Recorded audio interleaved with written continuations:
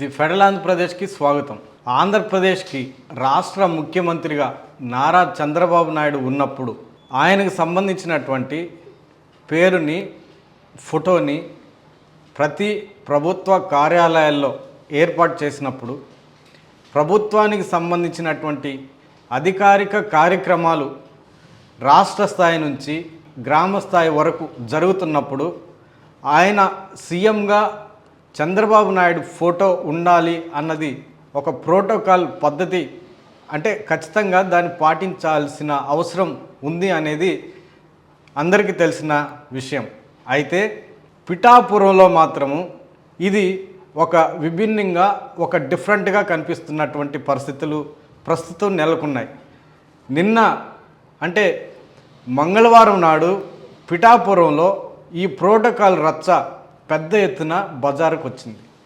అటు జనసేన నాయకులు, ఇటు టీడీపీ నాయకులు ఈ ప్రోటోకాల్ ఫోటో చిచ్చు అనేది ఈ రెండు వర్గాల మధ్య భారీ ఎత్తున ఒక వివాదాస్పదంగా మారిన నేపథ్యంలో ఇరు వర్గాలు బహిరంగంగానే తలపడిన నేపథ్యంలో ఈ ప్రోటోకాల్, ఈ ఫోటో చిచ్చు మరోసారి అటు టీడీపీకి, ఇటు జనసేనకి మధ్య ఉన్నటువంటి అంతర్గత విభేదాలు మరోసారి బగ్గుమన్నాయన్న చర్చ రాజకీయ వర్గాలు వినిపిస్తూ ఉంది.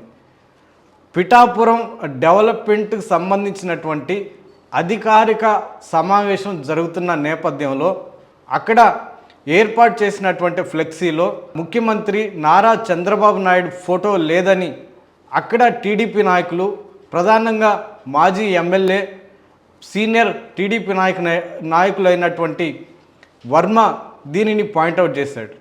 కరెక్టే కదా, ముఖ్యమంత్రి స్థాయిలో నారా చంద్రబాబు నాయుడు ఉన్నప్పుడు ఆయన ఫోటో లేకుండా ఫ్లెక్సీ ఎలా ఏర్పాటు చేస్తారు? అది ప్రైవేట్ కార్యక్రమం కాదు, ప్రభుత్వ కార్యక్రమము, ఒక నియోజకవర్గానికి సంబంధించినటువంటి కార్యక్రమము. దాంట్లో నియోజకవర్గానికి సంబంధించినటువంటి డెవలప్మెంట్ యాక్టివిటీస్ మీద చర్చలు జరుగుతున్న కార్యక్రమము. దీంట్లో అధికారులతో పాటు ఆ నియోజకవర్గ పరిధిలో ఉన్నటువంటి అధికారులు, ప్రజాప్రతినిధులు వీళ్ళంతా పాల్గొని ఆ డెవలప్మెంట్ యాక్టివిటీస్కి సంబంధించినటువంటి కార్యక్రమాల మీద ఇంతవరకు ఏ డెవలప్మెంట్ యాక్టివిటీస్ జరిగాయి, భవిష్యత్తులో ఎలాంటి డెవలప్మెంట్ యాక్టివిటీస్ చేపట్టాలి అన్న అంశాల మీద చర్చించి ఒక నిర్ణయానికి వచ్చి ప్రత్యేక కార్యాచరణ చేపట్టి దాని ద్వారా ఆ నియోజకవర్గంలో అభివృద్ధి కార్యక్రమాలు చేపట్టాలి అన్న ఒక అజెండాతో ఆ సమావేశం జరుగుతున్న నేపథ్యంలో అధికారిక సమావేశం అయినప్పుడు మరి ముఖ్యమంత్రి నారా చంద్రబాబు నాయుడు ఫోటో ఆ ఫ్లెక్సీ మీద ఎందుకు లేదు అని ఆ పార్టీకి చెందినటువంటి టీడీపీ సీనియర్ నాయకుడు, మాజీ ఎమ్మెల్యే వర్మ దాన్ని పెద్ద ఎత్తున తీవ్రంగా తప్పుబట్టారు. మరి ఆయన చేసింది ఆయన పాయింట్అవుట్ చేసింది ప్రోటోకాల్ పరంగా తీసుకున్నా కానీ, అధికారిక పరంగా తీసుకున్నా కానీ అది కరెక్ట్ అనే సమాధానం వస్తుంది. మరి దీనిని జనసేన నాయకులు ఎందుకు పక్కన పెడుతున్నారు? సాక్షాత్తు ముఖ్యమంత్రి ఫోటో లేకుండా ఏర్పాటు చేసి దానిని తప్పించుకోవడానికి ఎందుకు రకరకాల మార్గాలు, రకరకాల విమర్శలు చేస్తున్నారు అన్న చర్చ అయితే ఇప్పుడు పెద్ద ఎత్తున జరుగుతూ ఉంది. ఒకవేళ ఇరు వర్గాలకి అంతర్గత విభేదాలు ఉన్నంత మాత్రాన సాక్షాత్తు ముఖ్యమంత్రి ఫోటో ఫ్లెక్సీలో ఏర్పాటు చేయడంలో ఖచ్చితంగా ఆ నిబంధన ప్రోటోకాల్ పాటించి తీరాలి. ఇది అందరికీ తెలిసిన విషయమే. కానీ ఒక పక్క ఉప ముఖ్యమంత్రిగా ఉన్నటువంటి పిఠాపురం స్థానిక ఎమ్మెల్యే పవన్ కళ్యాణ్ ఫోటోను ఏర్పాటు చేసి అదే ఫ్లెక్సీలో ముఖ్యమంత్రిగా ఉన్నటువంటి నారా చంద్రబాబు నాయుడు ఫోటో ఏర్పాటు చేయడము పెద్ద ఎత్తున విమర్శలకు దారితీసింది. మరోవైపు ఈ పిఠాపురం నియోజకవర్గంలో ఎప్పటి నుంచో అనేక అంశాల మీద ఈ జనసేనకి ఇటు టీడీపీకి మధ్య చిచ్చు రగులుతూనే ఉంది. అనేక అంశాల్లో వీళ్ళు రోడ్లపైకి వచ్చి ఒకరికొకళ్ళు విమర్శలు చేసుకోవడము, నెట్టుకోవడము అనేక సందర్భాల్లో జరిగాయి.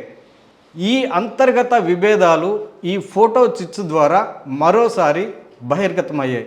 ఇవి అటు టీడీపీ వర్గాల్లోనూ ఇటు జనసేన వర్గాల్లోనూ పెద్ద ఎత్తున ఇప్పుడు చర్చలుగా మారాయి.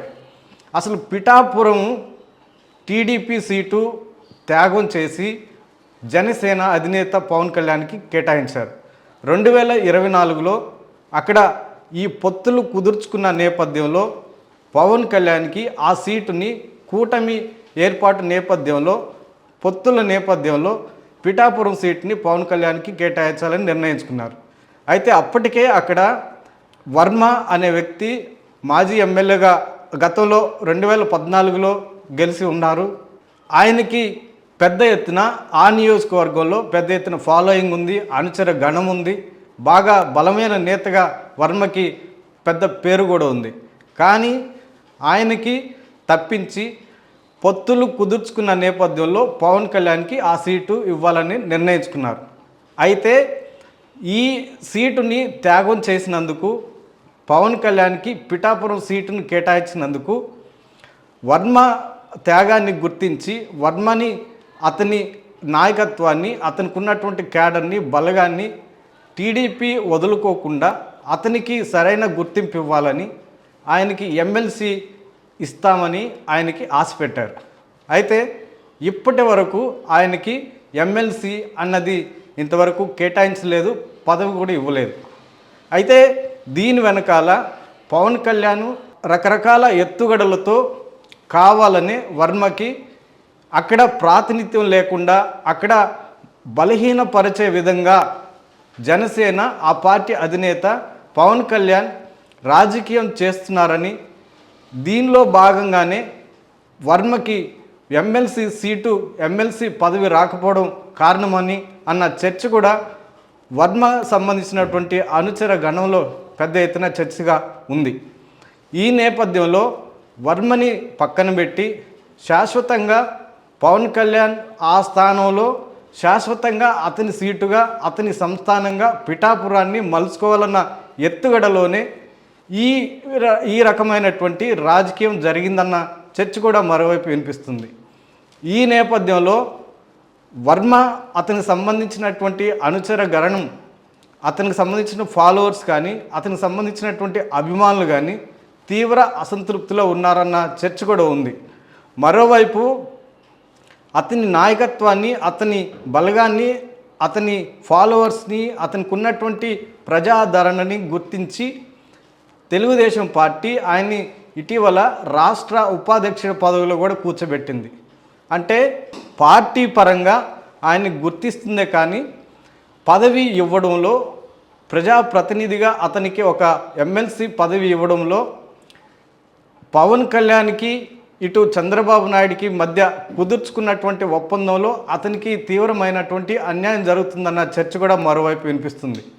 అంటే ఈ అన్ని రకాల కారణాల రీత్యా ఈ అసంతృప్తిలో ఉన్నటువంటి టీడీపీ తర్వాత వర్మ, వాళ్ళ అనుచరగణం, తర్వాత అతని అభిమానులు, అతని ఫాలోవర్స్ అటు కొత్తగా వచ్చి పిఠాపురాన్ని హస్తగతం చేసుకోవాలని, శాశ్వతంగా వాళ్ళ గుప్పిట్లో పెట్టుకోవాలని చూస్తున్నటువంటి జనసేన పార్టీ, ఆ పార్టీ అధినేత పవన్ కళ్యాణ్ ఎత్తుగడలు వేస్తున్న నేపథ్యంలో వీళ్ళిద్దరి మధ్య ఎప్పటి నుంచో 2024 తర్వాత ఈ అంతర్గత విభేదాలు తీవ్ర స్థాయిలో ఉన్నాయన్న చర్చ కూడా మరోవైపు వినిపిస్తుంది. ఇది పిఠాపురానికే పరిమితం కాకుండా రాష్ట్ర వ్యాప్తంగా తెలుగుదేశం పార్టీ శ్రేణులకి, జనసేన పార్టీ శ్రేణులకు కూడా అంతర్గత వైరుధ్యం, అంతర్గత విభేదాలు రాష్ట్ర వ్యాప్తంగా పలు సందర్భాల్లో వ్యక్తమవుతూనే ఉన్నాయి. అయితే పైన అధికారంలో ఉన్నటువంటి, పెద్ద స్థానంలో ఉన్నటువంటి చంద్రబాబు కానీ, నారా లోకేష్ కానీ, పవన్ కళ్యాణ్ కానీ ఈ విభేదాలు పట్టించుకునే పరిస్థితుల్లో లేరు. వాళ్ళ మనుగడ కోసమే, వాళ్ళ పరిపాలన కోసము, వాళ్ళు పదవులను కాపాడుకోవడం కోసము, వాళ్ళ పొత్తులు మరో 10 ఏళ్ళు కొనసాగే విధంగా వాళ్ళు చేస్తున్నటువంటి రాజకీయాల్లో క్షేత్రస్థాయిలో జరుగుతున్నటువంటి ఈ విభేదాలు, ఈ అంతర్గత విభేదాలని పట్టించుకునే పరిస్థితుల్లో లేరు అన్న చర్చ కూడా మరోవైపు వినిపిస్తుంది.